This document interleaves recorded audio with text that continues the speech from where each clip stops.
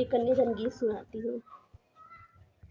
अरे मड़वा बीचे मड़वा हो बीचे पूरल पाड़े चौका। अरे मड़वा बीचे मड़वा हो बीचे पूरल पाड़े चौका।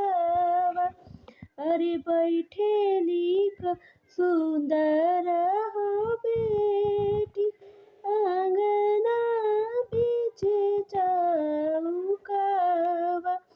अरे बैठेली सुंदर हो बेटी अंगना बीचे चौका।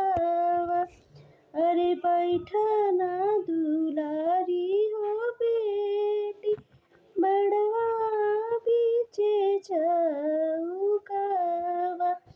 अरे रोवेली कवन हो बेटी मड़वा भिलुरवा भीजे चरावा।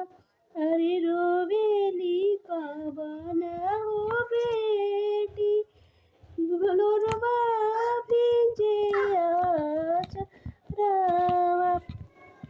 अरे दुनिया के रीताए पापा जी कई दिहली कन्या हो दानवा। अरे बेटी के करेला हो पापा मड़वा बीचे कन्या दानवा। अरे माड़ो बीचे करला हो चाचा बचिया के हो कन्या दानवा।